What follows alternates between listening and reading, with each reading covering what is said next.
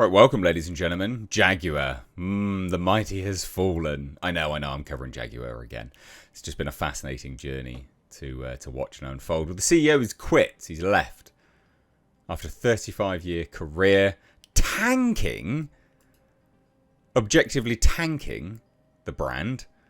He's left. He's gone. Interesting, right? So we're going to dive into this today. Please do hit subscribe if you're new here, or indeed a returning viewer that's not yet subscribed. I will say this as well, for those that are wondering like why I'm covering this. I like cars, obviously Datsun, blah, blah, blah. I also have a car channel, which I will leave linked down below. Please do go and check it out if you like really cool, retro, classic Japanese cars, because that's mainly what I'm into. But anyway, let's dive into this, shall we? So, Autocar Professional has the exclusive on this. I have a source that may have access to the letter, by the way. So, although this is an exclusive from Autocar Professional, this was alerted to me by my source, who is now also trying to retain the letter on the back of it. But I need to jump on this because it's SEO type deal. If I get the letter, maybe I'll do an update video. Who knows? But anyway, Autocar Professional exclusive. Adrian Mardell, CEO of Jaguar Land Rover, retires after a 35-year career. So during Adrian Mardell's tenure, JLR reached key business milestones. Did they? Including a return to positive free cash flow. Not for Jaguar, though. Achieving net zero automotive debt by the end of fiscal year 25. All right, well, yeah, maybe. Is that also because they've stopped producing cars? There were some other milestones, like shoving Jaguar Land Rover in gay pride parades for some unbeknownst reason. Like, why? Oh, because he probably goes that way, I'm sure. It's just nonsense. It's absolute drivel and nonsense. Loads of DEI initiatives, staff not being happy working there, JLR working with the unions. I've got loads of dirt on Jaguar. It's mad how much information I've got. So Adrian Mardell, Jaguar Land Rover's Chief Executive Officer, has announced his decision to retire, ending a distinguished choice words. Distinguished by what, good sir? Because again, remember, distinguished by what? Because he's going out with the announcement of the new Jaguar being that's it. That's what's going to be tied to his name. That last Jaguar that everyone hates, that rebrand that everyone hates. I wouldn't say distinguished, not in a positive sense anyway. But anyway, distinguished 35-year career with the company. The company confirmed that his successor will be announced in due course. Quote, Adrian Mardell has expressed his desire to retire from JLR. After 3 years as CEO and 35 years with the company, his successor will be announced in due course, a Jaguar Land Rover spokesperson said in an official statement to Autocar India. So Adrian Mardell joined Jaguar Land Rover in 1990 and has held a range of senior financial roles over 3 decades. He became Deputy CFO and Operations Controller in 2008 and later serving as Chief Transformation Officer, where he launched key company-wide programs. Very, very interesting, isn't it?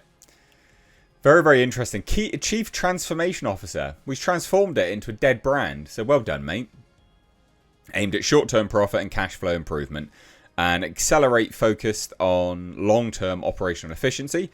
In June 2019, he was appointed Chief Financial Officer, leading the financial management of the business to support shareholder value and growth ambitions, and now he's completely dive-bombed it. So Mardell took over as interim CEO in November 2022 following Thierry Bollere's departure, and was formally appointed to the role in July 2023.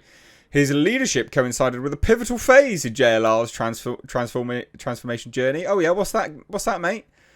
Driving financial recovery, strategic clarity, and electrification. Oh yeah, just moving to bloody electric cars that no one wants. No one wants this crap. Under his stewardship, I can't speak today, JLR achieved significant business milestones, including a return to free cash flow. I mean, all that stuff's good, by the way. That is good. Free cash flow. Who can you can't poo-poo that. That's good. But his entire tenure will be marred by the fact he's launched Jaguar into this weird rebrand that everyone hates. So well done. So the turnaround was supported by strong global demand for the Range Rover Defender and Range Rover Sport lineups, operational efficiencies and tighter cost controls. Basically penny pinching. Mardell also advanced the company's Reimagine strategy. Oh yeah. Notice how that's way down the bottom there. Repositioning JLR as a modern luxury brand and committing to an all-electric Jaguar lineup and electrified Land Rover models in the coming years. No one wants that. No one wants that. He pushed forward platform consolidation, plant modernisation.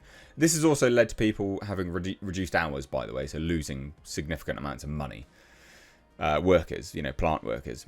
And software-led innovation while ensuring stability during supply chain disruptions. Brilliant. In recent quarters, Mardell also had to navigate geopolitical and trade-related uncertainties. Yet that's still really bad. That's still really bad. Because they've got a plant over in Europe. So they're fucked now. With the tariffs, they're screwed. Including the rising complexity around global EV tariffs. Oh, yeah. Especially in the UK, EU, China corridor. Yeah, that's because their electrified element is basically just taken from China. With the US, which continues to affect automakers with international manufacturing footprints. JLR was compelled to revise its fiscal year 26 EBIT margin guidance sharply downwards to 5 to 7%, well below the prior target of 10%, largely due to US tariff pressures on vehicles and components with Chinese content. That's because they've moved to EVs and it's all from China. And again, no one wants it. I'm being like dramatic. Obviously, some people want it.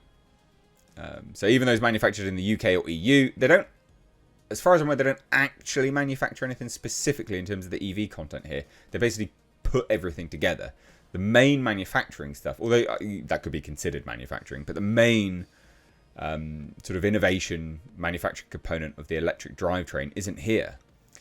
As well as elevated investments in electrification and ongoing product transition. So JLR is expected to announce interim or permanent leadership in the coming weeks as it prepares for the next stage of its transformation. I bet you anything, that'll be Raw Don Glover. Sorry, Raw Don Glover. His name is actually Raw Don Glover. Raw Don Glover. That's his actual name, not Raw Don Glover. His actual name is Raw Don Glover. Rawdon Glover. I bet you it'll be him. He's a tard. This company like blows, man. Blows massive peen.